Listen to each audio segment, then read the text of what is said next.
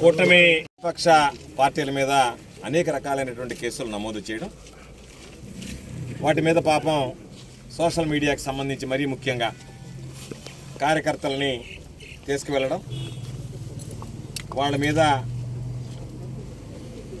కేసులు అదనంగా నమోదు చేయడం, వాళ్ళని స్టేషన్లో ఉంచి వాక్ స్వాతంత్రానికి భిన్నంగా వ్యవహరిస్తున్నటువంటి నేపథ్యంలో నా మీద ఈ 5 నెలల కాలంలో 5 నెలల కాలంలో 4 కేసులు నమోదయ్యాయి.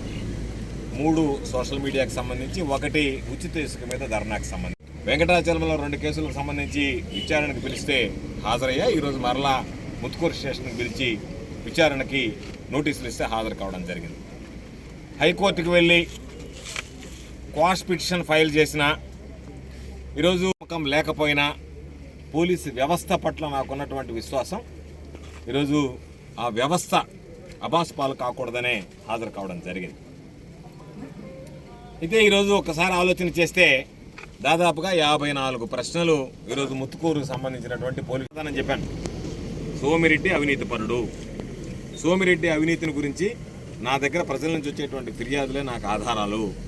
అధికారం ఉన్నా లేకపోయినా సర్వేపల్లి నియోజకవర్గానికి వాచ్మ్యాన్ లాగా పనిచేసేటువంటి వ్యక్తిని, సోమిరెడ్డి కొడుకు ఇద్దరు కలిసి ఇసుక, మట్టి, గ్రావెల్ కణాలకు టెండర్ కాలం పూర్తి కాకముందే చేసినటువంటి దాని గురించి, ఈరోజు బెల్ట్ షాపుల వేలంలో ఏ విధంగా డబ్బులు తీసుకుంటున్నాడు అనేటువంటి దాని గురించి, బెల్ట్ షాపులకు సంబంధించి కాకుండా పర్మనెంట్ లైసెన్సులు ఇవ్వాలంటే ఈ మధ్యనే పాపం కొంతమంది ఒక మహిళ పొదలకూరు మండలంలో ఒక ప్రత్యేకంగా మీడియా సమావేశం ఇవ్వలేదని చెప్పే ఉద్దేశంతో ఇవన్నీ కూడా ఈరోజు పోలీసులకి అన్ని ఆధారాలు ఏమిటి అంటే ఆధారాలతో సహా చెప్పడం జరిగింది.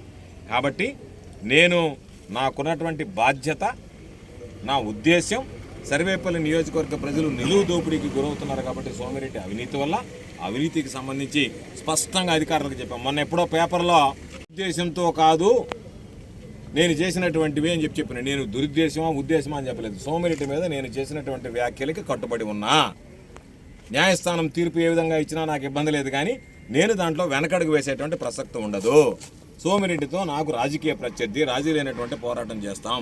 కాబట్టి పాపం సోమిరెడ్డి లాంటి నాలాగే అందరూ బలహీనలు అవుతారని చెప్పి ఏదో ఒక విధంగా కేసు పెడితే పాపం స్లో అయిపోతాడులే, ఓవర్దండి అనుకున్నట్టుకుంది. వ్యవహారం స్లోగాము, నీ అవినీతిని బట్టబయలు చేస్తాం. నువ్వు ఈ రోజుకైనా బుద్ధి తెచ్చుకొని నువ్వు అవినీతికి పాల్పడకుండా సర్వేపల్లిని దోచుకోకుండా ఉంటే మంచిది తప్ప, నేను సర్వేపల్లిని దోచుకుంటూనే ఉంటాను మీరు మాట్లాడకూడదంటే అది వివరించలేడు. నేను కేసులకి, అరెస్టులకి, జైళ్ళకి భయపడేటువంటి వ్యక్తిని కాదు. అటువంటి వ్యక్తిని అయితే రాజకీయాల్లోకి వచ్చి ఉండను.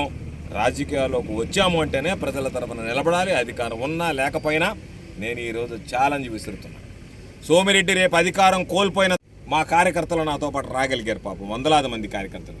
రేపు సోమిరెడ్డితో పాటు వెంట వచ్చేటువంటి కార్యకర్తను చూపిస్తే గొప్పతనం. అందుకనే ఈరోజు ఏం చేశాము అంటే స్పష్టంగా మరలా చెప్తున్నాం మీడియా సాక్షిగా, ఎవరైతే ఈరోజు జగన్మోహన్ రెడ్డి గారి మీద కానీ, నా మీద కానీ, వైఎస్ఆర్ కాంగ్రెస్ పార్టీ మీద కానీ ఆరోపణలు చేస్తున్నారో పోలీస్ స్టేషన్లో కేసులు ఇచ్చాం. వాళ్ళు నమోదు చెయ్యరు.